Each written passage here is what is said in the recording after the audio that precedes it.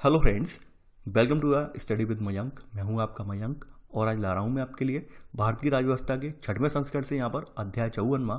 देखिए, आज हम इस अध्याय के तहत नीति आयोग को जानेंगे। देखिए, इसका जो पूर्ववर्ती नाम था योजना आयोग था, तो हम इसकी स्थापना के बारे में जानेंगे, इसकी संरचना किस प्रकार से है और इसके संलग्न कार्यालय कौन कौन से जिनके जरिए अपने जो गतिविधियों का जो क्रियान्वयन करवाता है। ठीक है, तो वो सब बातें इस अध्याय के तहत हम देखेंगे। तो चलिए स्टार्ट करते हैं आज का वीडियो। देखते हैं हमें क्या क्या यहाँ पे नोट डाउन करना है और क्या क्या डिस्कस करना है। अब चलिए बात कर लेते हैं नीति आयोग की। देखिए, जैसा कि आप सभी को मालूम है, नीति आयोग पहले जो है पूर्ववर्ती रूप में जो है ये योजना आयोग के रूप में जाना जाता था। और योजना आयोग के गठन का जो उद्देश्य था, गठन का उद्देश्य यही था कि हमने स्वाधीनता के बाद, यानी हमारा देश आज़ाद होने के बाद, हमने जो है अपने यहाँ का जो शासन का जो ढांचा है वो समाजवादी शासन का ढांचा हमने अपनाया था। और समाजवादी शासन की जो अवधारणा थी वो सोवियत संघ से हमने ली थी। इस समाज के हर तबके को जो लाभ मिले, हर तबके को ध्यान में रखकर चला जाए। ऐसा ना हो कि भाई पूंजीपति लोग आगे बढ़ते जाएं और निम्न तबका जो है वो बिल्कुल नीचे गड्ढे में ही चला जाए, ऐसा बिल्कुल भी ना हो। तो हमने समाजवादी शासन की अवधारणा को अपनाया था। तो उससे संबंधित योजनाएं वगैरह हमने बनाई, जैसे पंचवर्षीय योजना लेके आए, तमाम एक वर्षीय योजनाएं हम लेके आए। तो उन योजनाओं को क्रियान्वयन की, उन योजनाओं की प्लानिंग करने की, भाई किस तरह से योजनाओं का गठन होगा, कैसे धरातल पर लागू होंगी, वो सब कार्य किसका था? योजना आयोग का था। अब देखिए, समस्या यहाँ पर ये थी, सन 1950 में कुछ परिस्थितियां अलग थी, लेकिन जैसे जैसे समय बदला वैसे वैसे क्या हुआ कि भाई संघ और जो आपका केंद्र है, राज्य भी उभर के आए, राज्य भी सशक्त राज्यों के रूप में उभर के आए। तमाम राज्य ऐसे उभर के आए जो यानी कि केंद्र के लगभग, यानी कि तमाम राज्य ऐसे भी उभर के आए जिनमें जो है डेवलपमेंट जो था केंद्र की जो योजनाओं की तुलना में राज्य स्तर पर अच्छा खासा हुआ। ठीक है, तो ऐसे में यहाँ पर जरूरत ये निकल के आई, क्योंकि योजना आयोग में क्या था कि जो केंद्र था, केंद्र क्या रोल सख्त था, यानी केंद्र जो एक बार जो डिसाइड कर लेता था वही होता था। वहाँ पे राज्यों का इतना जो इन्वॉल्वमेंट ज़्यादा नहीं था। अब नए जो यहाँ पर नई जो गवर्नमेंट आपकी आई है, जिस गवर्नमेंट ने ये योजना आयोग को बदलकर नीति आयोग किया है, ये मोदी गवर्नमेंट ने किया है। ठीक है, अब मोदी गवर्नमेंट शुरुआत से अपने एक एजेंडे को लेकर आई थी कि सबका साथ सबका विकास, यानी कि हम सबको साथ लेकर चलेंगे तभी हम सबका विकास कर सकेंगे।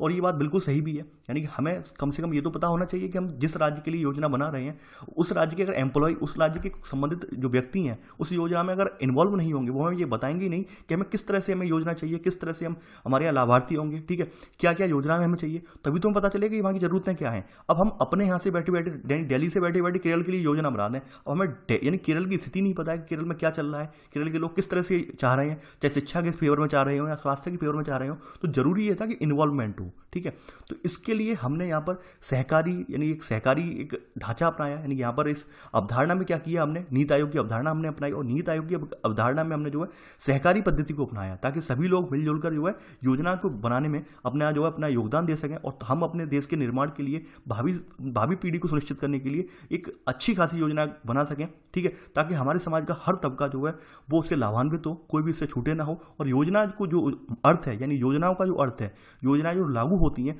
वो बिल्कुल एक्यूरेट वे में जो है सही प्रकार से अपना पूरा क्रियान्वयन संपन्न करवा पाएं। ठीक है, तो यहाँ पर ये देख लेते हैं इसका थोड़ा सा। यहाँ पे देखिए, 13 अगस्त 2014 को यहाँ पर मोदी सरकार ने जो 65 वर्ष पुराना योजना आयोग था, इसको भंग करके इसके स्थान पर एक निकाय के, यानी कि निकाय की निकट भविष्य में स्थापना की घोषणा की। और इसी के अनुरूप इन्होंने 1 जनवरी 2015 को नीति आयोग की फुल फॉर्म है national institution for transforming India, इसकी स्थापना योजना आयोग के उत्तराधिकारी के रूप में इन्होंने की।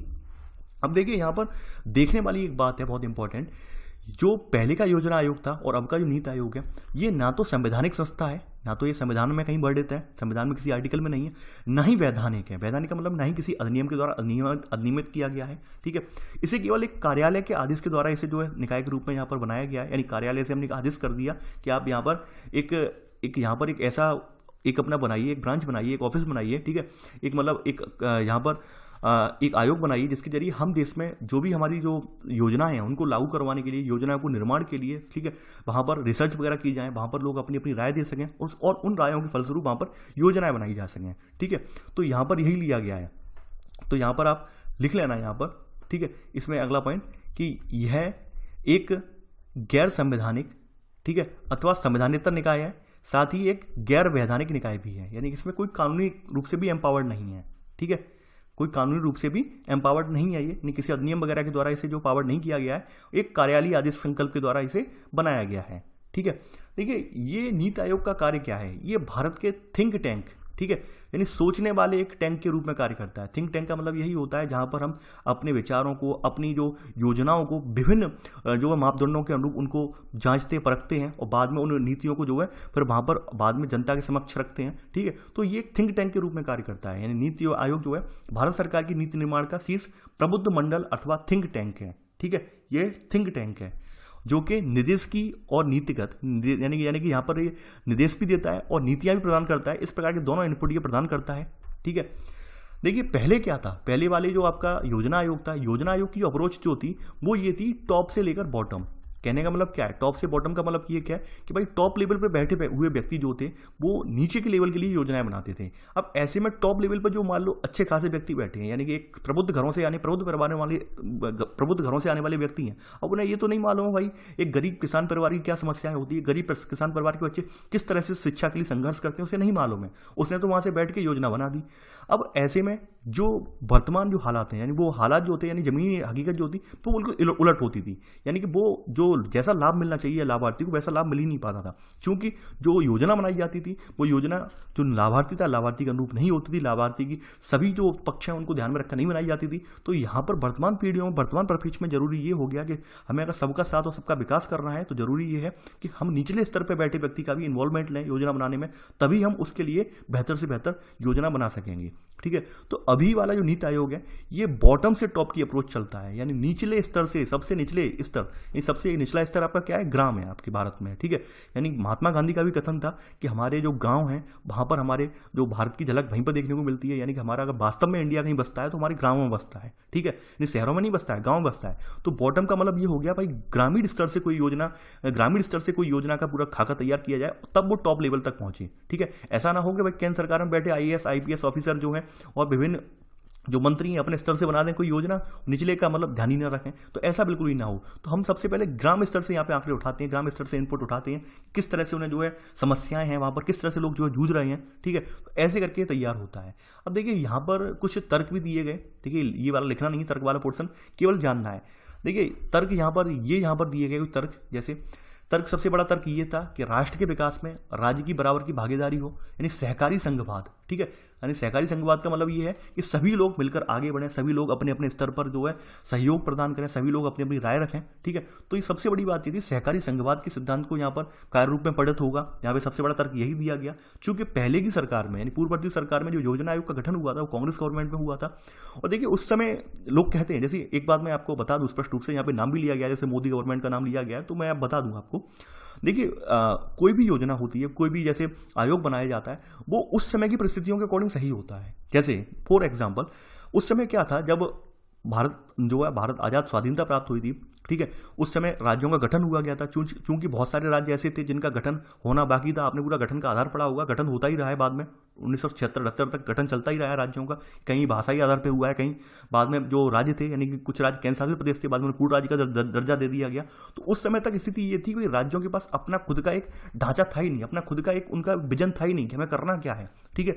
राज्य खुद असमंजस की स्थिति में थे। तो ऐसे में जरूरी ये था कि भाई एक योजना आयोग के रूप में केंद्र का सशक्त आयोग हो जो उनके विकास के संबंध में डिसीजन ले सके, उनकी नीतियों का निर्माण कर सके, ठीक है। तो बाद में जब सबके सब राज्य बन गए, सबके सब राज्यों ने डेवलपमेंट कर लिया, सबके सब राज्यों में अपने अपने विजन प्राप्त कर लिए कि भाई हमारे राज्य में हमें किस तरह से आगे ले जाना है अपने राज्यों को, तो अब यहाँ पे जरूरी ये हो गया कि भाई राज्यों का भी इन्वॉल्वमेंट होना चाहिए, ठीक है। तो योजना आयोग उस समय के हिसाब से सही था। जैसे कुछ लोग क्या अब यहाँ पे क्या करेंगे, देखिए मैं बता दूंगा आपको। पहली बात यहाँ पे वीडियो में आप कांग्रेस बीजेपी जिसके भी सपोर्टर हो, आपको उससे मतलब नहीं है। आप ये कुछ नहीं कहेंगे कि सर ये इसने सही किया, आप उसने गलत किया, ये कुछ नहीं कहना है किसी से। मैंने आपको दोनों ही रीजन बता दिए। देखिए मैंने ये भी बता दिया कि योजना आयोग किस हद तक वहाँ पर सही था उस समय, वर्तमान में क्यों नहीं सही है। देखिए कोई भी चीज़ जैसे मान लेते हैं, अभी मैं यहाँ पे पढ़ा रहा हूँ, अभी यूपीएससी के लिहाजे से पढ़ा रहा हूँ। अभी अगर कहा जाए कि एसएससी के हिसाब से पढ़ाई, तो एसएससी के हिसाब से मैं आपको पूरी थ्योरी थोड़ी ना पढ़ाऊंगा, फिर तो मैं यहाँ पे 2-4 चुनिंदा पॉइंट निकालूंगा, उन पॉइंटों के अकॉर्डिंग पढ़ा दूंगा। तो अंतर होता है, ठीक है। तो यहाँ पर सबसे बड़ी जरूरत यही थी कि यहाँ पर जब राज्य हमारे सशक्त रूप से खड़े हो गए, राज्यों का अपना खुद एक विजन तैयार हुआ कि भाई हमें किस तरह से राज्य की संरचना को आगे ले जाना है, तब यहाँ पे जरूरी ये हो गया भाई राज्यों का इन्वॉल्वमेंट भी हो, ठीक है। पहले क्या था, पहले राज्य असमंजस में थे, राज्यों का पुनर्गठन ही चल रहा था, तो वहां पर ऐसे में केंद्र की मजबूरी थी, एक केंद्र को अपने स्तर से योजनाओं को आगे ले जाना था, केंद्र को अपने स्तर से योजनाओं को लागू करवाना था, ठीक है। तो यहाँ पर इन्होंने सबसे बड़ी बात यही है इनका सिद्धांत कि एक सहकारी संघवाद के रूप में ये यहाँ पर कार्य करेगा, यानी सभी लोग, सबका साथ हो, सबका विकास हो, सभी लोग जुड़े इससे, ठीक है। देखिए यहाँ पर जैसे वित्त मंत्री अरुण जेटली वगैरह ने इन्होंने कमेंट वगैरह किए थे, ठीक है, तो ये सब कमेंट आप पढ़ लेना। देखिए ये सब ये राजनीतिक कमेंट होते हैं, यहाँ पर इनका कोई मतलब नहीं है, सब लोग अपने अपने स्तर से। देखिए एक बात और ध्यान रखना, हर सरकार आती है तो हर सरकार ये कुछ लाने की कोशिश करती है कि हम कुछ नया कर रहे हैं, ठीक है, एक फेयरवेल करने की कोशिश करती है, अपने अपने स्तर से फेयरवेल करने की कोशिश करती है। वो तो वक्त बताता है कि कितना वो सार्थक रहता है, ठीक है। तो हर गवर्नमेंट, चाहे कोई गवर्नमेंट आ जाए, चाहे जैसे यहाँ पर मोदी गवर्नमेंट ने ये किया है, मोदी गवर्नमेंट के बाद कोई और गवर्नमेंट आए, या फिर कोई और गवर्नमेंट का कोई और गवर्नमेंट आए, हर गवर्नमेंट अपने स्तर से कुछ ना कुछ नया करने की कोशिश करती है, ठीक है, ताकि लोगों को जो है हमारा विकास जो है ज़्यादा से ज़्यादा विकास हो सके, भारत के लोगों को ज़्यादा से ज़्यादा लाभ मिल सके योजनाओं का, ठीक है। अब देखते हैं इसकी संरचना देख लेते हैं, सबसे इंपॉर्टेंट पार्ट इसका यही है। इसकी संरचना से अक्सर जो है प्रश्न पूछे जाते हैं, संरचना वाले पार्ट से। देखिए इसका अध्यक्ष जो होता है वो भारत का प्रधानमंत्री होता है। इसमें गवर्निंग काउंसिल होती है, तो गवर्निंग काउंसिल में यहाँ पर सभी राज्यों के मुख्यमंत्री लिए जाते हैं। वहीं आपके केंद्र शासित क्षेत्र जो हैं इनके मुख्यमंत्री, यहाँ का विधायिकाएं हैं, जैसे दिल्ली में, पौंडीचेरी में, जम्मू कश्मीर में विधायिकाएं हैं, तो केंद्र शासित प्रदेशों के यहाँ पे मुख्यमंत्री, और जिन केंद्र शासित प्रदेशों पे अपनी विधायिकाएं नहीं है, ठीक है, तो यहाँ पर उनके उपराज्यपाल ले लिए जाते हैं, ठीक है। तो ऐसे करके यहाँ पर इनका जो शासकीय परिषद गवर्निंग काउंसिल बनती है, यानी सभी राज्यों के मुख्यमंत्री, और जो केंद्र शासित प्रदेश की इनकी विधायिकाएं उनके मुख्यमंत्री, और जिन केंद्र शासित प्रदेशों की विधायिकाएं नहीं है, ठीक है, उनके उपराज्यपाल, ठीक है। इसके अलावा यहाँ पर क्षेत्रीय परिषद है, यानी क्षेत्रीय परिषद की अवधारणा आपने देखी होगी, क्षेत्रीय परिषद के बारे में जानते होंगे कि हमारे देश में जो है 1956, यानी कि आपने देखा होगा राज्य पुनर्गठन अधिनियम 1956 के तहत हमारे देश में 5 क्षेत्रों में विभाजित किया गया है, उत्तरी, मध्य पूर्वी, पश्चिमी और दक्षिणी, ठीक है, और प्रत्येक क्षेत्र के लिए एक क्षेत्रीय परिषद का गठन किया गया है, ठीक है। अब क्षेत्रीय परिषद के सदस्य कौन कौन होते हैं आपको बताया होगा मैंने कि केंद्र सरकार का गृह मंत्री होता है, क्षेत्र के सभी राज्यों के मुख्यमंत्री होते हैं, और क्षेत्र के प्रत्येक राज्य से 2 अन्य मंत्री होते हैं, ठीक है।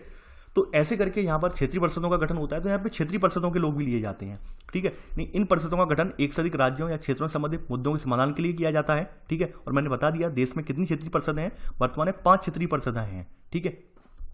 तो यहाँ से कैसे कैसे लोग लिए जाएंगे वही बताया गया है यहाँ पे। इनका एक निश्चित कार्यकाल होता है, इसका संयोजन प्रधानमंत्री करते हैं, राज्यों के मुख्यमंत्री और केंद्र शासित क्षेत्रों के उपराज्यपाल इसमें शामिल होते हैं, ठीक है। और यहाँ पर इन परिषदों का सभापतित्व कौन करता है? नीति आयोग के अध्यक्ष अथवा उनके द्वारा नामित व्यक्ति करते हैं। यानी जो क्षेत्रीय परिषदों की जो परिषदें की जो बैठक वगैरह होती है, इसकी अध्यक्षता कौन करता है? इसके नीति आयोग को सभापति वगैरह करते हैं, ठीक है, अध्यक्षता उसकी। तो यहाँ पर वही लिखा गया है क्षेत्रीय परिषदों के बारे में। अब देखिए यहाँ पर इसकी संरचना में, नीति आयोग की संरचना में कुछ विशिष्ट आमंत्रित व्यक्ति भी लिए जाते हैं, जैसे कोई अपने अपने विषय से विशेषज्ञ होते हैं, वैज्ञानिक वगैरह हैं।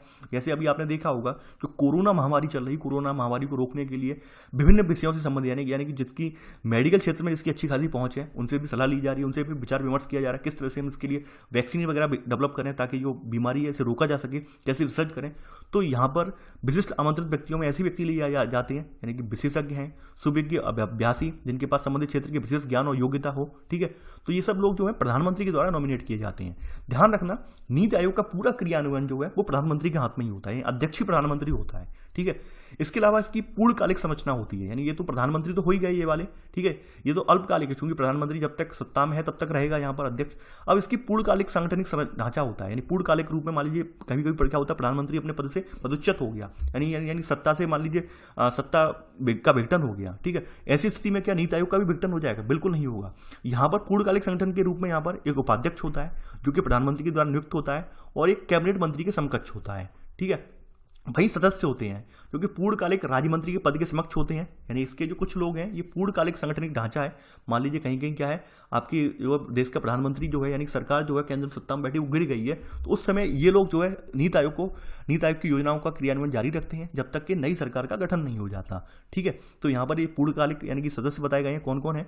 इसके अलावा यहाँ पे कुछ और लोग भी जाते हैं, जैसे यहाँ पे बताया गया है अंशकालिक सदस्य भी होते हैं इसमें, ठीक है। इसी में बताया गया है जैसे अंशकालिक में अधिकतम 2 विश्वविद्यालयों या 100 संगठनों से, ठीक है, पदेन सदस्य लिए जाते हैं। प्रधानमंत्री द्वारा नामित केंद्रीय मंत्रिपरिषद के अधिकतम 4 सदस्य इसमें पदेन सदस्य के रूप में तैनात किए जा सकते हैं, ठीक है। मुख्य कार्यपालिका अधिकारी एक निश्चित कार्यकाल के लिए प्रधानमंत्री के द्वारा नियुक्त भारत के सचिव के पद के समकक्ष यानी कोई सीनियर IAS ऑफिसर वगैरह इसमें रखा जाता है, ठीक है। तो ये यहाँ पर इसकी जो संरचना जो वाली बताई गई है ये पूर्णकालिक संगठन संरचना के बारे में जिक्र किया गया है, पूर्णकालिक में कौन कौन आता है, ठीक है।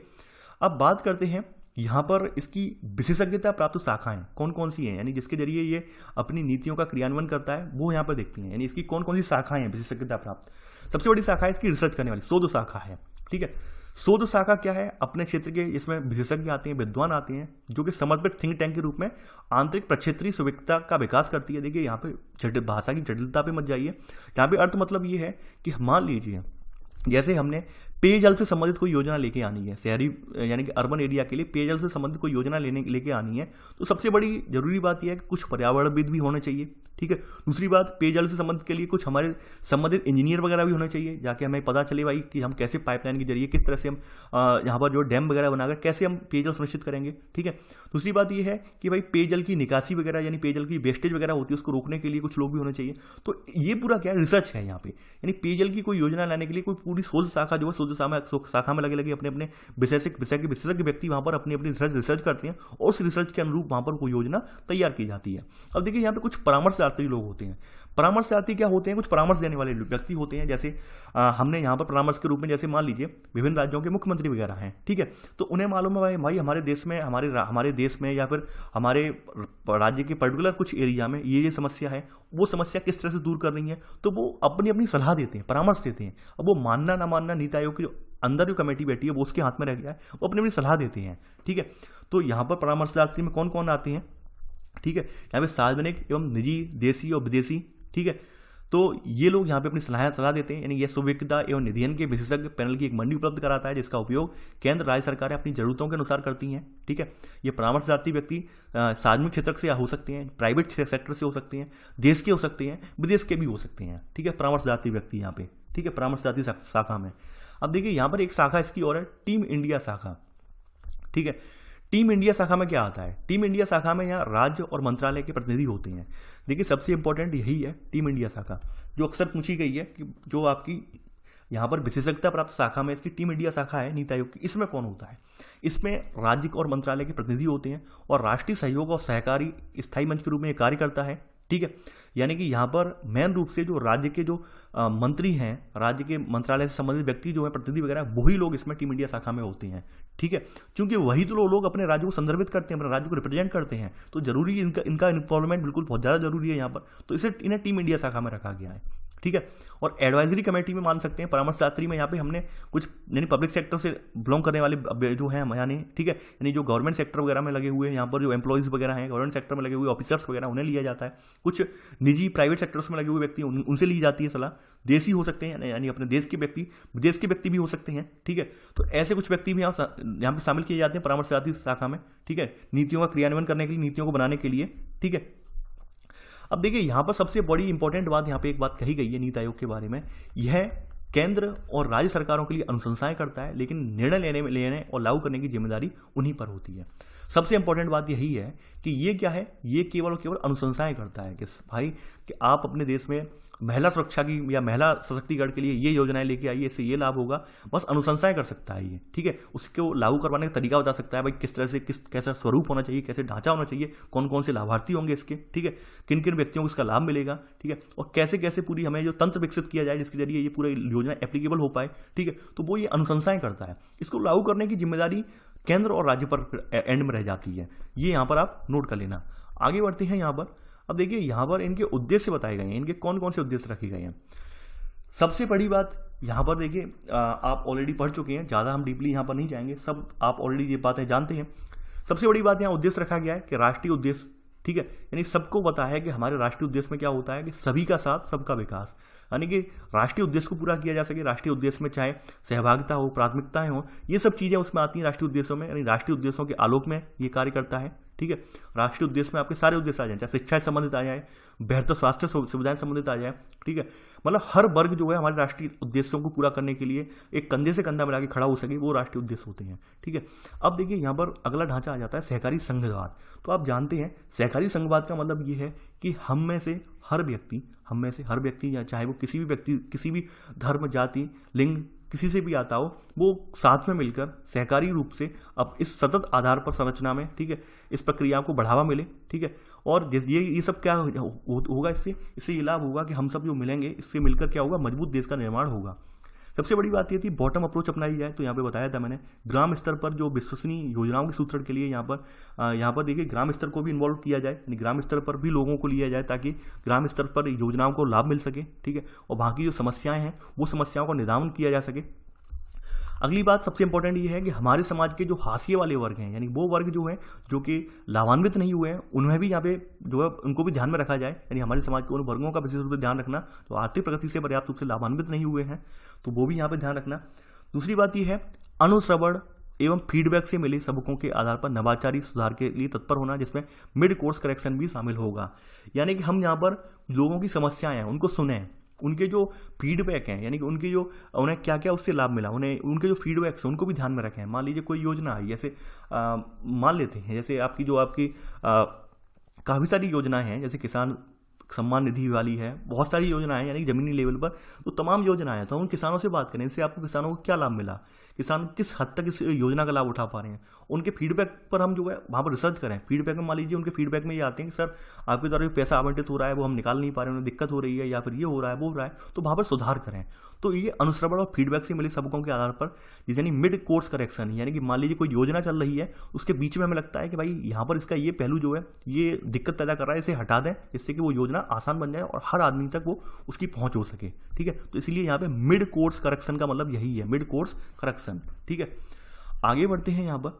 अब देखिए ये सब ऑलरेडी आप जानते हैं, आगे बढ़ते हैं यहाँ पर। इसमें लिखा है अंतर प्रक्षेपीय और अंतर विभागीय मुद्दों के समाधान के लिए एक मंच प्रदान करना, ताकि विकास एजेंडे को लागू करने के लिए गति तीव्र की जा सके। देखिए आप सभी को पता होगा नीति आयोग में कोई एक क्षेत्र की योजनाएं नहीं होती हैं। नीति आयोग किसी एक क्षेत्र के लिए कार्य नहीं करता। नीति आयोग लगभग आपकी किताब में लगभग 23 से 24 संबंधित विभाग दिए गए, 30 से 24 संबंधित क्षेत्र दिए गए हैं, जिनमें नीति आयोग जो है अपनी अपनी जो है योजनाएं हैं, अपनी अपनी जो नीतियां हैं जिनका प्रसारण उनके लिए करता है। ठीक है, तो ये 23 से 24 जो विभाग हैं, 23 से 24 जो विभिन्न क्षेत्रक रखे गए हैं, इन क्षेत्रकों को एक प्लेटफॉर्म तैयार होता है, यानी ये अपनी जो योजना है इनको इंटरचेंज कर सकते हैं।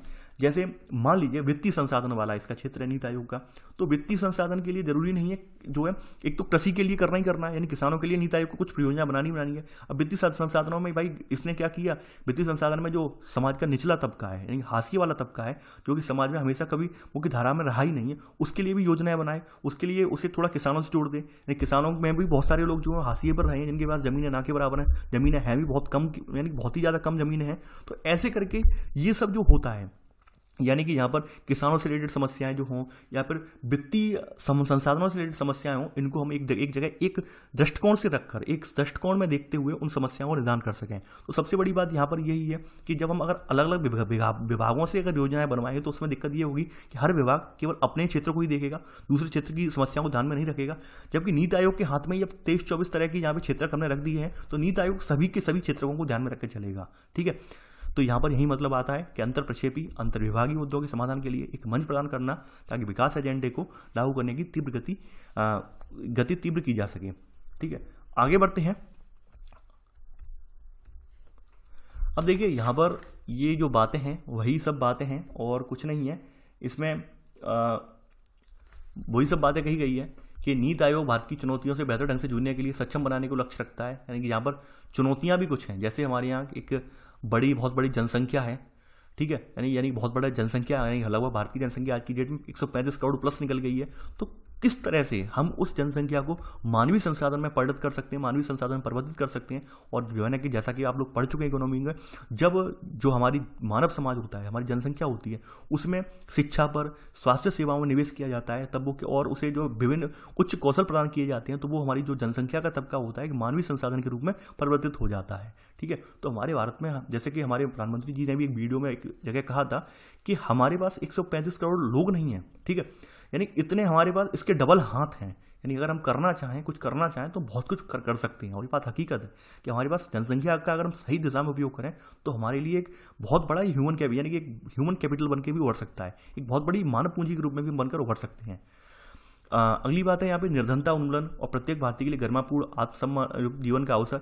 ये तो देखिए जब हमारा विकास होगा तो हर भारतीय जो निर्धनता से दायरे से ऊपर निकल पाएगा, गरिमापूर्ण जीवन जी पाएगा।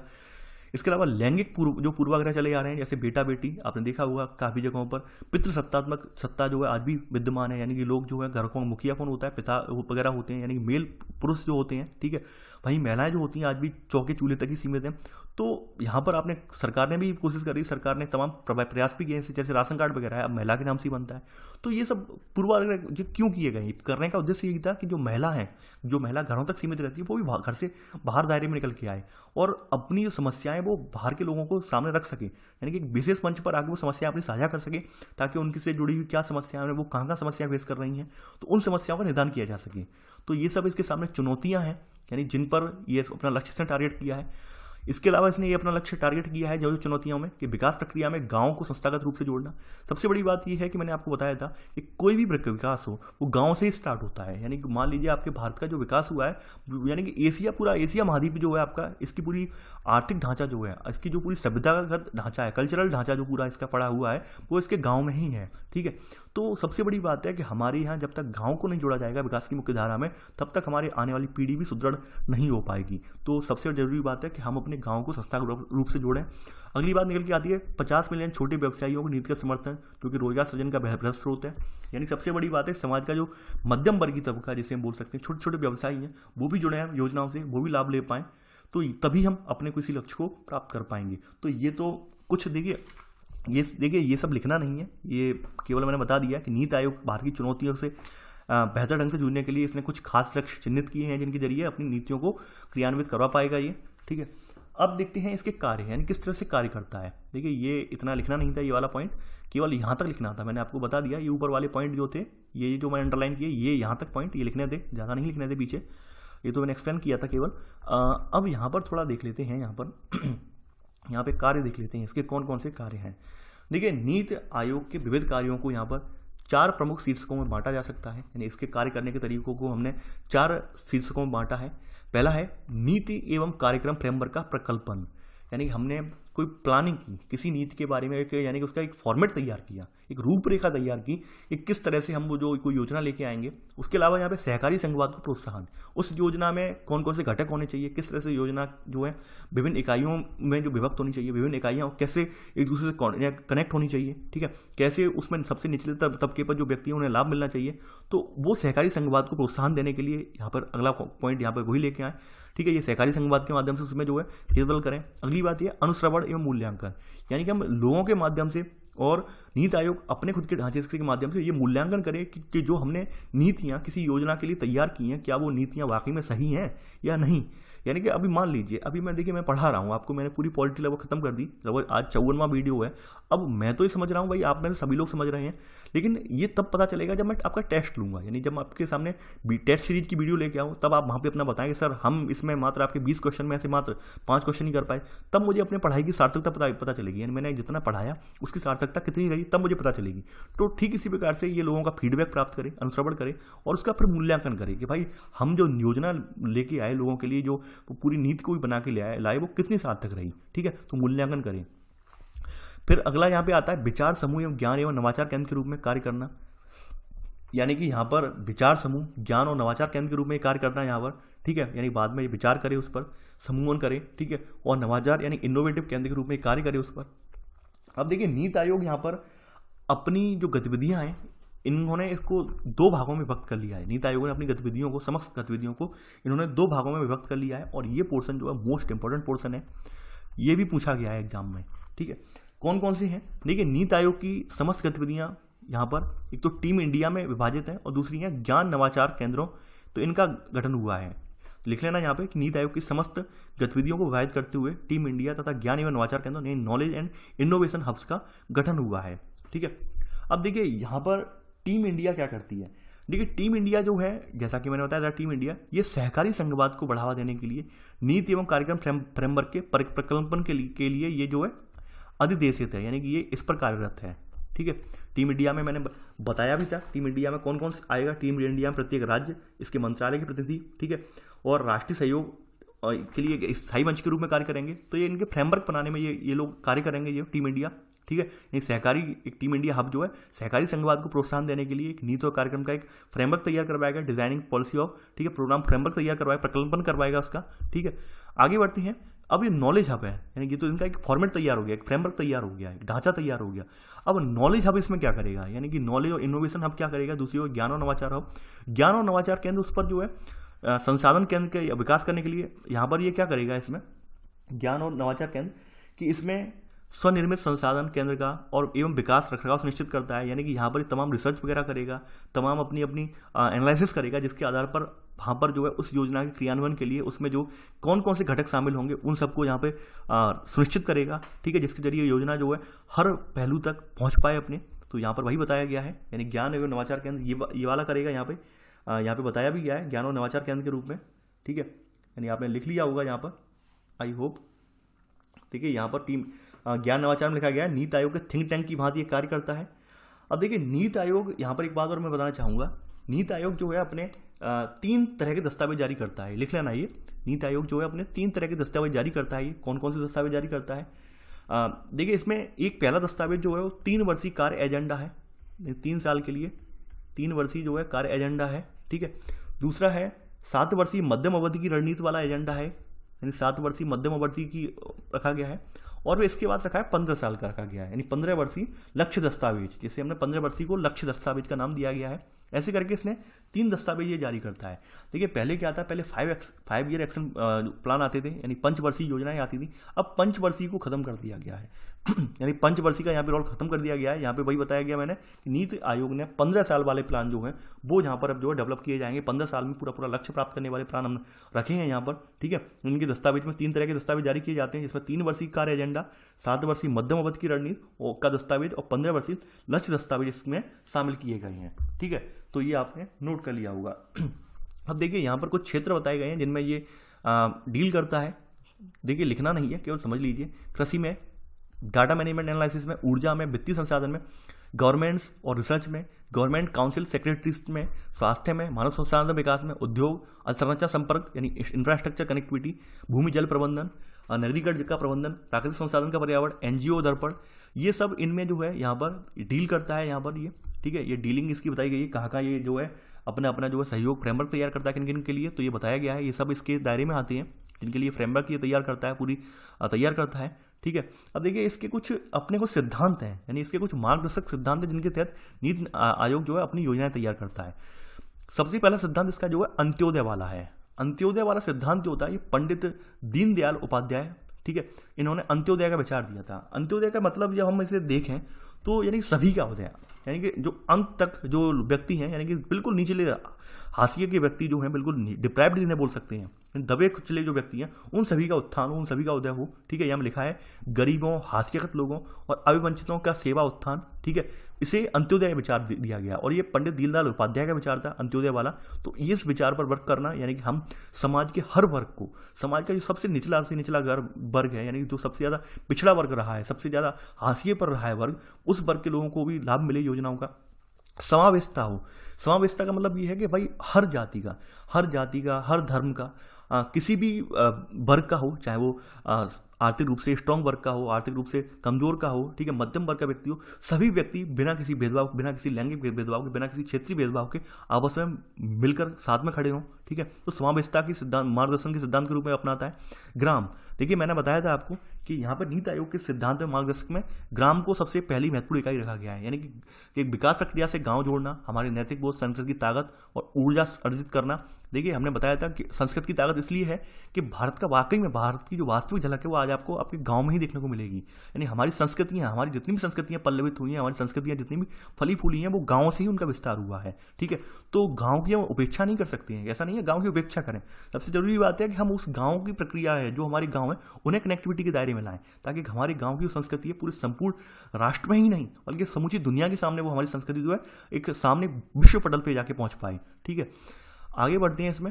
अब देखिए यहाँ पर जनसंख्यात्मक लाभांश सबसे बड़ी बात है। अपने मार्गदर्शक सिद्धांतों से जनसंख्यात्मक लाभांश का मतलब यहाँ पर यही रखा गया है कि हमारे पास सबसे बड़ी परिसंपत्ति क्या है, भारतीय जन का उपयोग। भारत की इतनी विशाल जनसंख्या 135 करोड़ वाली जनसंख्या है, इसे हम शिक्षा के माध्यम से, कौशल विकास के माध्यम से, इसे जो है आजीविका के अवसरों को इसे अगर बना दें, सृजित कर दें, तो ये वाकई में एक सशक्तिकरण पर, ये अगर हम ध्यान दें, हम इसके सशक्तिकरण पर ध्यान दें, तो यकीन मानिए हमारे देश में, हमारा देश फिर से यानी विकसित देश की श्रेणी में पहुंच जाएगा। ठीक है, अगली बात यहाँ पर निकल के आई जन सहभागिता, यानी कि लोगों की पार्टिसिपेशन हो, ज़्यादा से ज़्यादा लोग पार्टिसिपेट करें इसमें। यानी कि लोग ऐसा ना हो कि भाई अपने अपने, ऐसा ना हो कि मान लीजिए एक व्यक्ति जो है सक्षम है, अब सक्षम व्यक्ति ध्यान ही ना दे, वो क्या भाई हमें क्या मतलब है यार, योजना कोई आए या ना आए, हमें क्या फर्क पड़ता है, हमारे पास पैसा है, ऐसा बिल्कुल भी ना हो। जन सहभागिता होनी चाहिए। मान लीजिए हम कोई योजना पर्यावरण से सुरक्षित करने के लिए जाए, अब पर्यावरण को बचाने की जिम्मेदारी केवल किसानों की नहीं है। ये अक्सर बात मतलब मुद्दा उठता है कि पर्यावरण बचाने की जिम्मेदारी किसानों के ऊपर नहीं है, हम लोगों की भी जिम्मेदारी बनती है। जो हमारे मध्यम वर्गीय परिवार हैं, जिनके घर में 2-2 4-4 एसी लगे हुए हैं, वो मतलब पर्यावरण पर ज्ञान देते हैं कि अरे ये हो गया पर्यावरण, वो हो गया। ये जो ज्ञान देने वाले व्यक्ति ये बिल्कुल नहीं बचाते हैं। बचाने वाले व्यक्ति कौन है, वो कोई गरीब किसान ही होते हैं। लेकिन लोग क्या कहते हैं, भाई किसान जो है पर्यावरण को नुकसान पहुंचा रहा है, पराली जला रहा है, इससे नुकसान हो रहा है। ऐसा बिल्कुल भी नहीं है। तो जन सहभागिता यही कहती है। जन सहभागिता का मतलब ये होगा कि मान लीजिए पर्यावरण से संबंधित कोई मुद्दा है, उस पर सभी लोग आगे आगे खड़े हों। केवल किसी एक व्यक्ति के माथे पर दोषारोपण ना हो कि भाई एक व्यक्ति दोषी है, ऐसा ना किया जाए। यानी इसकी टोपी उसके सर पे नहीं रखी जाए कि भाई इसने किया उसने किया, ऐसा नहीं किया जाए। सभी लोग साथ में मिलकर आएँ और जो पर्यावरण से संबंधित चुनौतियां हैं उससे आकर निपटें। तो ये जन सहभागिता की बात कही गई है इसमें। अभिशासन सुशासन का मतलब ये होता है सेल्फ गवर्नेंस के। ठीक है, सेल्फ गवर्नेंस का मतलब ये है खुद से शासन, खुले, पारदर्शी, उत्तरदायी, सक्रिय, सोद्देश्य अनुशासन शैली को प्रश्रय देते हुए लागत से उत्पाद से परिणाम। ठीक है, यानी कि हम खुद से जो शासन करते हो, मान लीजिए हमारी कोई कंपनी या फर्म है, यानी from outlay to output to outcome. यहाँ पे कहने का मतलब ये है कि खुद से स्वशासन करेंगे तो हम क्या करेंगे, कोई मान लीजिए कोई इन्वेस्टमेंट करते हैं, उससे क्या होगा, एक उत्पाद तैयार होगा और वो एक उत्पाद से क्या बनेगा, फिर परिणाम निकलेगा, बाद में कुछ परिणाम निकलेगा। यानी उत्पाद तैयार हुआ, उत्पाद तैयार वो मार्केट में जब बिकेगा उससे कुछ लाभ अर्जित होगा, तो लाभ अर्जित होने से क्या होगा, हमारी कंपनी ग्रोथ वगैरह बढ़ेगी। तो वो क्या है, वो परिणाम के रूप में है। ठीक है, यानी इससे समाज का भी विकास हुआ, समाज में एक अच्छा संदेश गया, लोग और आपसे जो है प्रभावित हुए। तो हम है स्वशासन को, यहाँ पे सेल्फ गवर्नेंस को यहाँ पे बढ़ावा देना है। ठीक है, हर आदमी को इस तरह से हमने सिस्टमेटिक रूप में तैयार करना है कि भाई वो अपना विकास खुद से करने के लिए सक्षम बन सके। सततता बनानी है, यानी कि यहाँ पर सततता का मतलब ये है पर्यावरण के प्रति सम्मान की प्राचीन परंपरा के अनुरूप अपने नियोजन और विकास में धारिता को केंद्र में रखना। ठीक है, कंटिन्यूटी में हमें क्या है, पर्यावरण को हमें यहाँ पे हानि नहीं पहुंचानी है। ऐसा ना हो कि विकास की अवधारणा में हम पर्यावरण को दरकिनार कर दें, पर्यावरण में सततता रखनी है हमें। ठीक है, तो ये इनके 7 मार्गदर्शक सिद्धांत हैं जो आपने पढ़ लिए। ठीक है, अब देखिए सहकारी संघवाद आप ऑलरेडी देखकर आए हैं। सहकारी संघवाद मैंने बताया था। ठीक है, सहकारी संघवाद होता क्या है, तो अब मैंने बताया भी था। ठीक है, यहाँ पर लिखा भी गया सहकारी संघवाद के बारे में। देखिए लिखना नहीं है सहकारी संघवाद, यहाँ पर वही सब बताया गया है जो मैंने अभी आपको सब बताया था। सहकारी संघवाद का मतलब क्या होता है, किस तरह से कार्य करता है, तो वही सब है। सहकारी संघवाद में यहाँ पे जैसे कुछ चीज़ें हैं वो लिखी गई हैं, जैसे केंद्र राज्य भागीदारी मॉडल, राज्यों को विकास समर्थित सेवाएं, सेंट्रल स्टेट पार्टनरशिप मॉडल। ठीक है, और यहाँ पे डेवलपमेंट ये सर्विसेज, मानव पूंजी के रूपांतरण के लिए धारणी कार्य, sustainable action for transforming human capital, 7 कार्यक्रम। तो ये कुछ ऐसे कार्यक्रम चलाए गए हैं जो कि सहकारी संघवाद की अवधारणा पर जो है अवधारणा को प्रदर्शित करते हैं। ठीक है, नीति आयोग यहाँ पर कुछ संरचनात्मक कार्यक्रम चलाए हैं जो कि यहाँ पर सहकारी संघवाद पर निर्भर करते हैं। जैसे ये कार्यक्रम बताए गए हैं यहाँ पर, central state partnership model, development support service to states. अगला है sustainable action for transforming human capital, 7 कार्यक्रम है। ठीक है, तो ये सहकारी संघवाद पर ढांचे पर ही आधारित कुछ कार्यक्रम है, तो यहाँ पर आप ये लिख लेना। ये अब देखिए इसकी आलोचना भी कही गई है, आलोचना करने वाले आलोचना भी करते हैं, आप सब जानते हैं आलोचना, तमाम ये सब पॉलिटिकल लीडर्स हैं जिनके नाम आप ऑलरेडी जानते हैं और वर्तमान परिप्रेक्ष्य में आप इन सबसे परिचित भी हैं। ये सब ने एक तरह से कहा कि भाई कुछ नहीं है, आपने केवल नाम बदल दिया है, नाम बदल से कुछ नहीं होने वाला। ये सब अपनी अपनी बातें अपने अपने स्तर से सब कहते हैं। ठीक है, हमारा उद्देश्य क्या है, हमारा उद्देश्य जो है, हमने जो मेन बातें थी वो यहाँ पर जान ली। हम यहाँ पर एंड में कंपेयर करके देख लेंगे पूर्ववर्ती योजना आयोग और नीति आयोग में क्या डिफरेंस है, वो मैं एंड में आपको दिखा दूंगा। अब देखिए सबसे इंपॉर्टेंट इसका जो फेस है वो है यहाँ पे संलग्न कार्यालय। कौन कौन से कार्यालय हैं जिनकी मदद से नीति आयोग अपना जो है कार्यभार संभालता है, अपना जो कार्य संपादित करता है, वो हम देखते हैं। सबसे पहला तो यहाँ पर इसका जो पहला कार्यालय है वो है राष्ट्रीय श्रम अर्थशास्त्र शोध एवं विकास संस्थान है, जिसे हम national institute of labour economics research and development के नाम से जानते हैं। ठीक है, देखिए पहले इसका जो नाम था, यानी इसका जो नाम था, ये पहले संस्थान जो था ये institute of applied man power research के नाम से जाना जाता था। और इसका गठन जो हुआ था वो सोसाइटी रजिस्ट्रेशन एक्ट 1860 के तहत 1962 में इसकी स्थापना हुई थी। इंडियन अप्लाइड यानी institute of applied man power research, इसकी स्थापना सोसाइटी रजिस्ट्रेशन एक्ट 1860 के अंतर्गत हुई थी। ठीक है, अब देखिए यहाँ पर सन 2014 में इसका नाम परिवर्तित कर दिया गया। बाद में सन 2014 में इसका नाम जो था इसका यानी कि IMAR का नाम बदलकर यहाँ पर NILEID यानी कि national institute of labour economics research and development कर दिया गया। ठीक है, यानी राष्ट्रीय श्रम अर्थशास्त्र शोध एवं विकास संस्थान इसका नाम कर दिया गया सन 2014 में। ठीक है, इसके कार्य क्या हैं? देखिए ये करता क्या है, यानी कि कैसे कार्य करता है, ये क्या करता है, ये यानी कि आपका जो national institute of labour economic research and development है, ये नीति आयोग यानी पूर्व के योजना आयोग द्वारा अनुदान सहायता के रूप में निधि प्राप्त होती है इसे। साथ ही साथ इसकी शोध परियोजनाएं होती हैं, शैक्षिक और प्रशिक्षण की गतिविधियां जो होती हैं, इससे भी इसे राजस्व की प्राप्ति होती है। इससे ये अपनी गतिविधियां संचालित करता है ये वाला। ठीक है, अब देखिए ये कार्य क्या है इसका जो प्राथमिक कार्य यही है, शोध करना, आंकड़ा संग्रह करना, मानव पूंजी नियोजन के सभी पक्षों में शिक्षण प्रशिक्षण, मानव संसाधन विकास, अनुश्रवण, मूल्यांकन, यानी कि रिसर्च करने वाली एक संस्था के रूप में है ये। ठीक है, ये पूरा रिसर्च करने का ही कार्य इसका जो है, तमाम क्षेत्रों में रिसर्च करता है ये, यही इसका कार्य है। और मैंने नाम भी बता दिया, पहले इसका नाम क्या था, institute of applied man power research था। स्थापना कैसे हुई थी, सोसाइटी रजिस्ट्रेशन एक्ट 1860 के तहत 1962 में स्थापना हुई थी। सन 2014 में नाम इसका बदलकर national institute of labour economic research and development कर दिया गया। इसे वित्त कहाँ से मिलता है, नीति आयोग के द्वारा इसे अनुदान की सहायता प्रदान की जाती है। साथ ही साथ इसके द्वारा कुछ शोध परियोजनाएं वगैरह भी होती हैं, इसके जरिए से राजस्व की प्राप्ति होती है। ऐसे करके ये वाला मंत्रालय, ये कार्यालय संचालित होता है, कार्यालय गतिविधियां संचालित होती हैं। अब देखिए यहाँ पर जो इसका कार्यालय वगैरह देखते हैं, इसका कार्यालय जो है सन 2002 में अपने नरेला स्थित परिसर में आ गया, यानी नरेला यानी दिल्ली में है ये। ठीक है, तो यहाँ पर इसका कार्यालय आ गया है इसका, यानी कि आप ये जानिए दिल्ली में स्थित है ये उसका कार्यालय। आगे बढ़ते हैं, एक अगली यहाँ पर कार्यालय है, अगला कार्यालय है यह विकास अनुसंरचण एवं मूल्यांकन कार्यालय, यानी development monitoring and evaluation office. ठीक है, अनुसंरचण और मूल्यांकन कार्यालय एंड डेवलपमेंट मॉनिटरिंग और इवेल्युएटिंग ऑफिसर। ठीक है, देखिए इसका मतलब क्या हुआ, इसके गठन का उद्देश्य क्या था। देखिए इसका गठन का उद्देश्य ये था कि भाई हम कोई योजना लेके आए, अब योजना को हमने समाज के बीच में ला के रख दिया, अब हमें ये तो पता होना चाहिए भाई वो योजना कितनी सार्थक रही, लोगों को कितना लाभ मिला। ठीक है, ऐसा तो नहीं है कि भाई उस योजना में घपला हो रहा हो। तो हमने इसके लिए, इसके मॉनिटरिंग करने के लिए, इसके इवैल्यूएशन के लिए एक कार्यालय का गठन किया, जिसे हमने विकास अनुसंरचण एवं मूल्यांकन कार्यालय का नाम दिया। ठीक है, और इसे कब रखा गया है, इसे भारत सरकार ने 1954 में केंद्र सरकार द्वारा वित्त पोषित कार्यक्रमों के स्वतंत्र एवं वस्तुनिष्ठ प्रभाव मूल्यांकन के लिए इसका संगठन की स्थापना की थी। ठीक है, अब देखिए विकास अनुश्रवण एवं मूल्यांकन कार्यालय की स्थापना सरकार ने फिर से इसकी स्थापना हुई है, यानी पहले इसकी जो नाम था, इसका पहले नाम इसका जो था प्रोग्राम इवैल्यूएशन ऑर्गेनाइजेशन की स्थापना की गई थी। यानी पहले इसका जो नाम था, पूर्ववर्ती नाम योजना आयोग के टाइम में वो प्रोग्राम इवैल्यूएशन ऑर्गेनाइजेशन था। सन 2015 में इसका नाम बदलकर यहाँ पर ये कर दिया गया है, विकास अनुश्रवण एवं मूल्यांकन कार्यालय कर दिया गया है, और 2015 में इसकी स्थापना के रूप में हुई है। ठीक है, देखिए है दोनों चीज़ें एक ही हैं, यानी DMEO वही बात है जो कि प्रोग्राम इवैल्यूएशन ऑर्गेनाइजेशन जो कार्य करता था वही है, नाम चेंज कर दिया गया और कुछ नहीं है, यहाँ पर वही बताया गया है। इसका कार्य मैंने बता दिया किस तरह से कार्य करता है, कि भाई देखना है भाई कि भाई किस तरह से योजनाएं लागू हो रही हैं, योजनाएं ऐसा तो नहीं उन्हें घपले वगैरह चल रहा हो, वो ये सब कार्य देखता है, संभालता है। आगे बढ़ते हैं, यहाँ पर देखिए यहाँ पे बताए गए DMEO में कौन कौन होते हैं। देखिए यहाँ पर नीति आयोग के स्तर पर कार्यक्रम मूल्यांकन का कार्य उपाध्यक्ष के मार्गदर्शन में किया जाता है, यानी कि यहाँ पर किसी योजना के मूल्यांकन का कार्य जो नीति आयोग के उपाध्यक्ष होते हैं उनके मार्गदर्शन में किया जाता है। इसके अतिरिक्त यहाँ पर महानिदेशक DMEO के अधीन 4 महानिदेशक होते हैं। ठीक है, तो ये लोग यहाँ पर मिलकर ये किसी कार्य की मॉनिटरिंग करते हैं। इनका मुख्यालय जो है नई दिल्ली में ही स्थित है। ठीक है, ये आप यहाँ पे लिख लेना आप। तो ये तो था भाई नीति आयोग के बारे में। अब थोड़ा सा योजना आयोग जो पूर्ववर्ती था उसका भी ढांचा एक बार देख लेते हैं, काफ़ी बार लिखने को आ जाता है योजना आयोग, तो देख लेते हैं। देखिए जो पूर्ववर्ती योजना आयोग है इसकी स्थापना 1950 में भारत सरकार के कार्यपालिका संकल्प द्वारा की गई थी। यानी कहने का मतलब ये ना ही संवैधानिक निकाय है और ना ही वैधानिक निकाय है। ठीक है, यानी कानूनी रूप से एम्पावर्ड भी नहीं, अधिनियमित निकाय भी नहीं है, एक कार्यपालिका के आदेश के द्वारा उन्होंने स्थापना कर दी है। ठीक है, संवैधानिक और सामरिक दोनों में से कोई भी नहीं है ये। ठीक है, ये जो है 1940 में गठित सलाहकार योजना बोर्ड की सिफारिश के अनुरूप थी। सलाहकार योजना बोर्ड ने सिफारिश की थी, उसके आधार पर ये बनाया गया।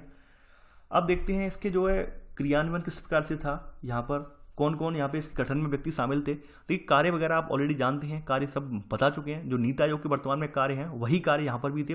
बस यहाँ पर ये था सहकारी संघवाद वाला सिद्धांत जो था वो एप्लीकेबल नहीं था, यानी कि लोगों का इन्वॉल्वमेंट यहाँ पे ज़्यादा नहीं था। ठीक है, वही सब करना था लोगों को कि भाई समाज के हर वर्ग को लाभ मिले, ये हो वो हो, वही सब बातें यहाँ पे लिखी गई हैं। ठीक है, यानी देश के भौतिक पूंजी मानव संसाधन का आकलन कर उनकी समृद्धि की संभावना तलाश करना, देश के संसाधनों का सबसे प्रभावी और संतुलित उपयोग के लिए योजना का जो सूत्रण करना, यानी कि ये सब वही कार्य हैं, कोई ज़्यादा इसके मतलब अलग कार्य नहीं है, वही सब कार्य हैं। ठीक है, यानी शुरुआत में जो जो हमारे सामने समस्याएं थी उनको ये देखना। जैसे अब देखिए पढ़ देता हूँ पाँचों यहाँ पर। देखिए पहले तो है देश के भौतिक पूंजी मानव संसाधन का आकलन कर उनकी समृद्धि की जो संभावना तलाश करना। शुरुआत में हमें ये आइडेंटिफाइड करना था कि हमारे देश में कितने लोग जो हैं ऐसे हैं काम करने लायक हैं, फैक्ट्रियों में, विभिन्न उपक्रमों में, वो सब देखना। दूसरी बात यह है कि हमारे देश में जब देश आज़ाद हुआ था तो हमें कम से कम ये इवैल्यूएशन करने की जरूरत थी कि हमारे देश में कितने संसाधन हैं, कौन कौन से खनिज संसाधन हैं जिनके जरिए हम जो है अपने आर्थिक विकास को गति प्रदान कर सकते हैं। तो उन संसाधनों का सही ढंग में इवैल्यूएशन करना, तो उनके संतुलित उपयोग के लिए योजना का सूत्रण करना, वो भी इसी का कार्य था। ठीक है, इस तमाम आपके बड़े बड़े उद्योग संयंत्र स्थापित किए गए, वो सब इसी की अनुशंसाएं थी। प्राथमिकताओं का निर्धारण, उन चरणों को प्रभावित करना जिससे योजनाओं को कार्यान्वित करना है, यानी प्राथमिकताओं का निर्धारण करना, प्रायोरिटी देना प्राथमिकताओं को, भाई कौन सी प्राथमिकता पहले रखी जाए। जैसे आपको पता होगा कि हमने प्रथम पंचवर्षीय योजना जो थी हमारी, प्रथम पंचवर्षीय योजना, द्वितीय पंचवर्षीय योजना, तृतीय पंचवर्षीय योजना, इनमें हमने अपना अपना प्रारूप तैयार किया था कि भाई हमें मान लीजिए इस पंचवर्षीय योजना में हमें जो सबसे पहले उद्योग धंधों की बात करनी है, दूसरी वाले में हमने जो है हरित क्रांति को लेकर आनी है। तो इन्होंने अपना अपना प्रायोरिटी सेट की थी, किस प्रायोरिटी के जरिए हम जो है अपने देश की आर्थिक गतिविधियों को, अपने देश के समाज के हर वर्ग को आगे ले जा सकेंगे। ठीक है, तो यही सब बातें इसमें लिखी हुई हैं। अब देखते हैं, देखिए इसका गठन देख लेते हैं। देखिए यहाँ पर गठन से पहले कुछ और चीजें हैं वो भी मैं बता देता हूँ। यहाँ पर गठन से पहले हाँ, देखिए यहाँ पर ये जो पूर्ववर्ती योजना आयोग था इसको कुछ निम्नलिखित मामले भी सौंपे गए थे। जैसे कौन कौन से अतिरिक्त मामले सौंपे गए थे? राष्ट्रीय विकास में जन सहयोग, ये सब मामले से सौंपे गए थे इसे। Institute of applied man power research यानी IAMR, ये सब मामले से सौंपे गए थे। यानी UIDAI, ये भी मामला इसी के अधीन था, यानी unique identification authority of India. ठीक है, राष्ट्रीय सिंचित क्षेत्र प्राधिकरण, ये सब मामले इसके अतिरिक्त रूप से सौंपे गए थे। जैसा कि आपको बताएगा 23-24 क्षेत्रक वहाँ भी सौंपे गए हैं नीति आयोग को। वैसे ये क्षेत्रक जो थे पहले इसे योजना आयोग को थे। सबसे इंपॉर्टेंट बात यहाँ पर ये ध्यान रखना और ये लिख लेना, मोस्ट इंपॉर्टेंट सेक्शन ये है और ये पूछा गया है एग्जाम में। ठीक है, ये पहले जो NIC है, NIC करके आप जानते होंगे, नेशनल इंफॉर्मेटिक्स सेंटर NIC। ठीक है, यानी हर जिले पर होता है इसका कार्यालय। NIC जो है योजना आयोग के अधीन था, लेकिन बाद में इसे जो है इंफॉर्मेशन टेक्नोलॉजी मंत्रालय जो है, सूचना प्रौद्योगिकी मंत्रालय जो है, इसके अधीन कर दिया गया है। ये मोस्ट इंपॉर्टेंट है, लिख लेना ये। ठीक है, अब देखते हैं गठन देख लेते हैं। भाई गठन किस प्रकार से हुआ था पूर्ववर्ती योजना आयोग का? देखिए यहाँ पर भारत के प्रधानमंत्री योजना आयोग के अध्यक्ष थे, पहली बात तो ये जान लीजिए। इसका आयोग का उपाध्यक्ष भी होता था और यही जो वास्तविक प्रमुख होता था। ठीक है, और सबसे बड़ी बात यह थी कि पहले पंचवर्षीय योजना तैयार करने का प्रारूप उसी का था, यानी ये पहले पंचवर्षीय योजना का जो प्रारूप था केंद्रीय मंत्रिमंडल को सौंपने की जिम्मेदारी उसकी थी। ठीक है, इसी की जिम्मेदारी थी और उसकी नियुक्ति निश्चित कार्यकाल के लिए केंद्रीय मंत्रिमंडल के द्वारा की जाती थी, यानी उपाध्यक्ष की नियुक्ति। तो यहाँ पे अध्यक्ष उपाध्यक्ष तो बिल्कुल सेम है। ठीक है, आगे बढ़ते हैं। यहाँ पर और कौन कौन सा था यहाँ पे? अब यहाँ पर कुछ मंत्री वगैरह ले लिए गए थे, कुछ केंद्रीय मंत्री आयोग के अंशकालिक सदस्य के रूप में यहाँ पे नियुक्त होते थे। ठीक है, जैसे वित्त मंत्री या योजना आयोग मंत्री पदेन सदस्य के रूप में, और आयोग के 4 से 7 पूर्णकालिक विशेष सदस्य भी होते थे जिन्हें राज्य मंत्री का दर्जा दिया जाता था। ठीक है, इसमें एक वरिष्ठ सीनियर IAS ऑफिसर भी लिया जाता था। कहने का मतलब ये है कि राज्यों का जो प्रतिनिधि है, राज्यों के मुख्यमंत्री वगैरह, वो उनका इन्वॉल्वमेंट नहीं था यहाँ पर। ठीक है, सब कुछ केंद्र के हाथ में ही था। ठीक है, सब कुछ केंद्र के हाथ में ही था। अब देखिए इसका लोगों ने तमाम आलोचनाएं भी की। आलोचनाएं ऐसे की, भाई जब ये सब चीज़ें हैं आपके हाथ में, योजना आयोग है, आपके हाथ में किचन कैबिनेट भी है, सुपर कैबिनेट भी है डिसीजन लेने के लिए, फिर इसका मतलब क्या हुआ? इसका मतलब ये निकल के आया कि भाई ये इसके पूरक निकाय के रूप में, एक सहयोगी निकाय के रूप में कार्य कर रहा था योजना आयोग। यानी कि मान लीजिए किचन कैबिनेट क्या डिसीजन ले रही थी, उसके बैकग्राउंड में जो कार्य करने वाले लोग थे, रिसर्च करने वाले लोग थे, वो योजना आयोग के लोग थे कि भाई किस तरह से हमें ये योजना लेके आनी, कौन कौन से इसमें पैरामीटर सेट करने हैं, वो ये लोग थे। और आगे से योजना को क्रियान्वित करवाने का, योजना को पास करवाने की जिम्मेदारी कैबिनेट की थी। तो वही सब कार्य थे। इसका देखिए मूल्यांकन लोगों ने किया है, आलोचनात्मक मूल्यांकन, लेकिन इसका कोई मतलब नहीं रह जाता है। सबसे इंपॉर्टेंट पार्ट जो आपका जो था वो पार्ट ये वाला था। ठीक है, ये वाला पार्ट इंपॉर्टेंट था कि गठन में कौन कौन था। ठीक है, ये पार्ट बहुत इंपॉर्टेंट है। और कहीं भी अगर आपको पूर्ववर्ती योजना आयोग से वर्तमान नीति आयोग की कंपैरिजन को लिखा जाएगा तो आप गठन वाला जो है पोर्शन वो पहले डिस्क्राइब करेंगे। ठीक है, गठन क्या है, दूसरी बात उद्देश्य क्या क्या है दोनों के, यानी कि यहाँ पर सहकारी संघवाद का सिद्धांत तो है नहीं भाई, राज्यों का इन्वॉल्वमेंट इसमें जब नहीं है तो सहकारी संघवाद सिद्धांत नहीं है। वर्तमान का सबसे बड़ा उद्देश्य यही है, सहकारी संघवाद है, हमें सभी को शामिल करना है, सबका साथ और सबका विकास लेके चलना है। ठीक है, तो ये योजना आयोग और नीति आयोग में डिफरेंस है। अब देखिए एक चीज और थी यहाँ पर, ये था राष्ट्रीय विकास परिषद। राष्ट्रीय विकास परिषद का क्या रोल था वो भी हम देखते हैं। देखिए राष्ट्रीय विकास परिषद के बारे में वर्तमान में ऐसा कहा जाता है कि भाई इसे भंग कर दिया गया है या फिर ये बिल्कुल निष्क्रिय हो गई है, समाप्त हो गई है। ठीक है, और नीति आयोग के अधीन इसकी सभी शक्तियां ट्रांसफर कर दी गई हैं। लेकिन इसके संदर्भ में अब तक, यानी कि जब तक ये किताब आपकी प्रेषित हुई है, जब तक किताब तैयार हुई है, तब तक अक्टूबर 2019 तक कोई संकल्प पारित नहीं हुआ है इसको खत्म करने का। लेकिन एनडीसी की जो लास्ट बैठक हुई थी वो 27 दिसंबर सन 2012 को हुई थी और 12वीं पंचवर्षीय योजना इसी के तहत स्वीकृति हुई थी, 12वीं पंचवर्षीय योजना की। अब चूंकि जो एनडीसी है, एनडीसी के बाद यहाँ पे पंचवर्षीय योजनाओं का प्रारूप ही खत्म कर दिया गया। ठीक है, यानी अब कोई पंचवर्षीय योजनाएं नहीं होंगी। और मैंने बताया था कि यहाँ पर किस तरह से योजनाएं होंगी, यानी 3 साल की 3 ईयर, 7 साल मध्यम, ठीक है, और 15 साल का लक्ष्य रखा गया है, यानी नीति आयोग के तहत। यानी यहाँ पर अब 5 साल वाला पंचवर्षीय योजना वाला प्रारूप योजना आयोग का था, वो यहाँ पे खत्म कर दिया गया है नीति आयोग में। ठीक है, मैंने बताया आपको 3 तरह के इसके जो प्रारूप होंगे इसके। ठीक है, तो यहाँ पर ये नहीं है। देखिए यहाँ पर एनडीसी की स्थापना कब हुई थी, 1954 में हुई थी। भारत सरकार के ये कार्यपाल का ही संकल्प के द्वारा हुई थी, जैसे आपकी योजना आयोग की हुई थी। यानी कि ना तो ये संवैधानिक निकाय है और ना ही वैधानिक निकाय है। अब देखिए इसमें एनडीसी में कौन कौन था, राष्ट्रीय विकास परिषद में कौन कौन था, यहाँ पे देख लेते हैं। देखिए यहाँ पर भारत के प्रधानमंत्री, अध्यक्ष या प्रमुख, समस्त संघीय कैबिनेट मंत्री आते थे, सभी राज्यों के मुख्यमंत्री आते थे। देखिए ये ध्यान रखना इंपॉर्टेंट, और इसका पूछा जाता है ये वाला कि एनडीसी में कौन कौन आता है। यहाँ पर सभी राज्यों के मुख्यमंत्री लिए जाते थे, सभी संघीय क्षेत्रों के मुख्यमंत्री, प्रशासक, योजना आयोग के सदस्य होते थे इसमें। ऐसे करके एनडीसी का गठन होता था। ठीक है, उद्देश्य क्या था एनडीसी का, एनडीसी का उद्देश्य ये था कि योजना के कार्यान्वयन में राज्यों का सहयोग प्राप्त करने के लिए, ठीक है, योजना को सहायता देने के लिए, राष्ट्र के प्रयासों संसाधनों को मजबूती प्रदान करने के लिए, महत्वपूर्ण क्षेत्रों के समान आर्थिक नीतियों को बढ़ावा देने के लिए, देश के भागों को संतुलित और द्रुत विकास सुनिश्चित करने के लिए। देखिए यहाँ पर अगर मोटे तौर पर मैं इसका उद्देश्य आपको बताऊं, यानी कि यहाँ पर इसका जो मोटे तौर पर उद्देश्य ये था कि योजना आयोग जो था वो मात्र क्या करता था, अपनी योजना तैयार करता था, उनका ढांचा तैयार करता था। उनको जमीनी स्तर पर जो है एप्लीकेबल, उनको लागू करवाने की जिम्मेदारी होती है वो एनडीसी की थी, राष्ट्रीय विकास परिषद की ही थी। राष्ट्रीय विकास परिषद उन्हें बाद में जो है प्रभावकारी करवाने के लिए बाध्य, यानी प्रभावकारी करवाता था, प्रभाव यानी उन्हें आगे ले जाता था।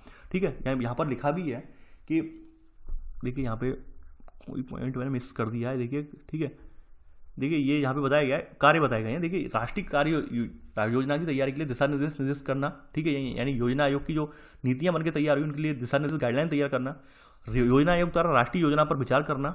ठीक है, यानी योजना आयोग तो केवल नीतियां बना रहा था, नीतियां तैयार कर रहा था, उन्हें लागू करवाने की जिम्मेदारी एनडीसी की थी। ठीक है, अब देखिए यहाँ पर जो बात कही गई है वो उस मुद्दे पर मैं आता हूँ कि प्रथम पंचवर्षीय योजना आयोग अब नीति आयोग द्वारा सर्वप्रथम केंद्रीय मंत्रिमंडल को भेजा जाता है।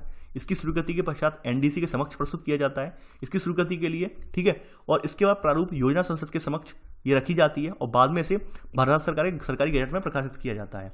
यानी पहले क्या था प्रारूप, पहले पंचवर्षीय योजनाओं का जो प्रारूप होता था वो योजना आयोग से पहले केंद्रीय मंत्रिमंडल के पास भेजा जाता था। ठीक है, और जब इससे स्वीकृति मिल जाती थी फिर एनडीसी के समक्ष भेजा जाता था। एनडीसी में जहां पर मैंने बताया था एनडीसी में कौन कौन लोग मौजूद थे, एनडीसी में आपके प्रधानमंत्री थे, समस्त संघीय कैबिनेट मंत्री थे, सभी राज्यों के मुख्यमंत्री थे, संघ शासित प्रदेशों के प्रशासक, मुख्यमंत्री वगैरह आ जाते थे, योजना आयोग के सदस्य वगैरह होते थे। तो एनडीसी के समक्ष प्रस्तुत की जाती थी, वहां पर विचार विमर्श होता था। ठीक है, इसकी स्वीकृति मिलने के बाद फिर क्या किया जाता था, फिर संसद के पटल पर रखकर यहाँ पर सरकारी गैजेट में प्रकाशित करवा दी जाती थी कि भाई ये योजना है, ये यहाँ पर हम क्रियान्वयन योजना करना चाह रहे हैं। ठीक है, तो इस प्रकार संसद के नीचे क्या था, एनडीसी था, उच्चतम निकाय। ठीक है, और आप कह सकते हैं कि एनडीसी जो था योजना आयोग और संसद के मध्य जो है एक कड़ी के रूप में कार्य कर रहा था।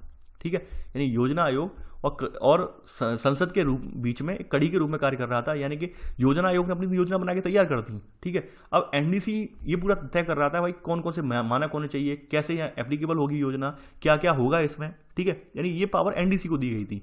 ठीक है, यानी कि राष्ट्रीय विकास परिषद को दी गई थी, नेशनल डेवलपमेंट काउंसिल को दी गई थी। ठीक है, यहाँ पे लिखा भी है कि उच्चतम निकाय है नीतिगत मामलों को लेकर इनमें सामाजिक आर्थिक विकास के लिए योजना बनाई जाती है। ठीक है, यानी हालांकि इसे योजना के आयोग के सलाहकारी अंग के रूप में माना गया है। इसकी अनुशंसाएं बाध्यकारी नहीं होती, ठीक है। और ये केंद्र राज्यों को अपनी अनुशंसाएं प्रतिवर्ष भेजता है, कम से कम इसकी 2 बैठकें होनी अनिवार्य है। तो देखिए योजना आयोग का तो रोल इतना ही रह गया था कि उन्हें योजनाएं बनाना है। बाद में एनडीसी की अनुशंसाएं होती थी किस तरह से योजना लागू करवानी है, वही ही बात मैंने यहाँ पे कह दी, बीच की कड़ी था बस, ठीक है। और इससे ज़्यादा इसका कोई रोल नहीं था। अब यहाँ पर क्या है, ये एनडीसी वगैरह वगैरह को यहाँ पर बिल्कुल नीलबट्टे सन्नाटा कर दिया है वर्तमान में, लेकिन अभी तक कोई कार्यालयी आदेश जारी नहीं हुआ है। लेकिन एनडीसी का रोल खत्म कर दिया गया है, क्योंकि नीति आयोग का ढांचा ही इस तरह से बनाया गया है कि उसमें सभी लोग आ जा रहे हैं। जो एनडीसी में जो लोग आते हैं, उसके अलावा भी नीति आयोग में बहुत सारे लोग जब सम्मिलित हो जा रहे हैं, तो ऐसे में एनडीसी की जो प्रभावकारिता है वो अपने आप ही शून्य हो जाएगी, ठीक है। अब चलिए एक बार हम चैप्टर एंड करने से पहले नीति आयोग और योजना आयोग पहले का जो है उसमें जो डिफरेंस है, की डिफरेंस है, वो देख लेते हैं, ठीक है। तो देखिए आपके सामने नीति आयोग है, योजना आयोग है। देखिए वर्तमान में नीति आयोग जो है थिंक टैंक के रूप में है, यानी रिसर्च शोध संस्थान, यानी शोध वगैरह के कार्य जो है इसी में ही होते हैं, ठीक है। यानी वर्तमान में भावी योजना को तैयार करने की जिम्मेदारी इसी के हाथ में है। योजना आयोग जो था पहले, इसे पूरा संवैधानिक निकाय के रूप में यहाँ पे कार्य कर रहा था, यानी संविधान के जो वर्णित मूल्यों के अकॉर्डिंग कार्य कर रहा था, लेकिन इसे ऐसी शक्तियां प्रदान नहीं की गई थी, ठीक है। ये पूरी तरह से मान सकते हैं केंद्र का जो संघवाद वाला ढांचा था वो इसमें एप्लीकेबल कर दिया गया था, संघ की शक्तियां यहाँ पे ज़्यादा कर दी गई थी, जबकि यहाँ पे नीति आयोग में थिंक टैंक के रूप में सहकारी संघवाद के ढांचे को अपना लिया गया है, ठीक है। दूसरी बात यह है कि यहाँ सदस्यों की व्यापक विशेषज्ञता पर बल देता है। यहाँ पे आपने देखा होगा कि विभिन्न क्षेत्रों के जो लोग हैं, विशेषज्ञ लोग हैं, वो भी इसकी संरचना में शामिल किए गए हैं, जैसे विशिष्ट आमंत्रित व्यक्ति हैं, ठीक है, तो वो लोग रखे गए हैं इसमें। जबकि यहाँ पर ऐसा कुछ नहीं था, यहाँ पर योजना आयोग में सीमित विशेषज्ञता पर निर्भर था, यानी योजना आयोग में ज़्यादा लोग नहीं होते थे। जैसा कि आपने भी पढ़ा योजना आयोग का ढांचा, यहाँ पर प्रधानमंत्री, उपाध्यक्ष और यहाँ पर कुछ केंद्रीय मंत्री वगैरह होते थे, ठीक है, और एक सीनियर आईएएस ऑफिसर वगैरह होता था, और ज़्यादा कुछ लोग नहीं होते थे। जबकि यहाँ पर हमने व्यापक विशेषज्ञता वाले लोग यहाँ पर समाहित किए। दूसरी बात यह था कि भाई सहकारी संघवाद की भावना पर कार्य करता है, राज्यों की समान भागीदारी सुनिश्चित करता है। यहाँ पर सहकारी संघवाद के तहत यहाँ पर राज्यों की भागीदारी इसमें बहुत कम रहती थी, राज्यों की भागीदारी ना के बराबर थी इसमें। दूसरी बात यह है कि यहाँ पर प्रधानमंत्री के द्वारा नियुक्त सचिवों को सीईओ के रूप में माना जाता है, ठीक है, यानी चीफ एग्जीक्यूटिव ऑफिसर जिसे हम बोलते हैं। यहाँ पर सचिवों को जो नियुक्त किया जाता था वो सामान्य प्रक्रिया के माध्यम से नियुक्त किया जाता था, यानी सामान्य प्रक्रिया चलती थी जिनके जरिए जो वरिष्ठता में जो होते थे उन्हें नियुक्त किया जाता था। यहाँ पर जो है प्रधानमंत्री अपनी मर्जी से, यानी उन्हें लगता है कि भाई ये व्यक्ति जो है फलाने उद्देश्य पूरा करने के लिए ये व्यक्ति सही रहेगा, तो उसे सीईओ के रूप में नामित किया जाता है। जबकि पहले ऐसे नहीं था, पहले ये था भाई वरीयता में कोई व्यक्ति है, यानी सीनियर आईएएस ऑफिसर वगैरह है, तो उसे हमने यहाँ पे पहुंचा दिया। मान लीजिए वो योग्यता रखता है या नहीं रखता है वो अलग बात है, तो ऐसे करके यहाँ पर दिक्कत थी। दूसरी बात ये निकल के आती है, ये बॉटम अप अप्रोच पर कार्य करता है। जैसा कि मैंने बताया था कि धरातल पर क्या चल रहा है, धरातल को देखते हुए आगे योजना बनाता है। ऐसा नहीं है ऊपर से बैठे बैठे ही हमने कोई योजना बना दी, भाई नीचे किसानों के लिए ये होना चाहिए वो होना चाहिए, और हमने किसानों की स्थिति का मूल्यांकन ही नहीं किया है। यानी इसमें क्या था, टॉप से डाउन अप्रोच चलती थी, यानी हमने ऊपर से बैठे बैठे योजना बनानी, किसानों के लिए ये होना चाहिए वो होना चाहिए, और हमें किसानों की वास्तविक समस्याएं मालूम ही नहीं है। यहाँ पर यह है कि भाई हम सबसे पहले किसानों की धरातली समस्याएं क्या है, जमीनी लेवल पर उन्हें क्या प्रॉब्लम आ रही है, उनको अनुश्रवण करें फीडबैक के माध्यम से, ठीक है, इवैल्यूएशन करें, मूल्यांकन करें, और बाद में उसे अपनी योजनाओं में उसे समाहित करें, अपनी योजना में उसे लेकर आए उस चीज़ को, ठीक है, ताकि उन्हें लाभ मिल सके। देखिए सबसे बड़ी बात यह, इसे नीतियां लागू करने का अधिकार नहीं है। अब देखिए ये जो थी योजना आयोग, ये राज्यों के लिए नीतियां बनाता था और स्वीकृत परियोजनाओं के लिए धन आवंटित भी करता था उन्हें, ठीक है, यानी कि ये धन आवंटन करने की शक्ति से प्राप्त थी। इसे ऐसी कोई शक्ति नहीं दी गई है, इसे धन आवंटन करने की शक्तियां नहीं है जो वित्त मंत्री में निहित है, यानी इसकी जो शक्तियां जो हैं वो वित्त मंत्रालय में वित्त मंत्री में निहित कर दी गई हैं। यहाँ पर इसके हाथ में शक्तियां दी गई थी योजना आयोग के हाथ में, यानी इन मंत्रालयों और राज्य सरकारों को धन आवंटन करने की शक्तियां इसे प्राप्त थी, जबकि इसे नहीं है वर्तमान नीति आयोग को। लेकिन फिर भी नीति आयोग जो है इससे लाख गुना बेटर है, क्योंकि इसमें क्या है, सबकी सहमति से आगे कार्य कर रहा है, तो सहमति से कार्य करने की वजह से ये योजना आयोग से आज के परिप्रेक्ष्य में ज़्यादा बेटर है, ठीक है। तो ये था हमारा आज का वीडियो। आई होप आपको आज का वीडियो पसंद आया होगा। देखिए वीडियो पसंद आए तो भाई लाइक शेयर करना बिल्कुल भी ना भूलें। आई होप आपके माइंड में जितने भी डाउट थे नीति आयोग से संबंधित वो सारे डाउट क्लियर हो चुके होंगे, और मैं कोशिश यही करता हूँ, मैं आशा भी यही करता हूँ कि मेरे द्वारा पढ़ाए जा रहे वीडियो आपको पूरे समझ में आ रहे होंगे, ठीक है। तो चलिए आज के लिए बस नहीं, आई थिंक आप लोग इस वीडियो को लाइक शेयर करना बिल्कुल भी ना भूलेंगे। तो चलिए आज के लिए बस नहीं, थैंक्स फॉर वॉचिंग, जय हिंद।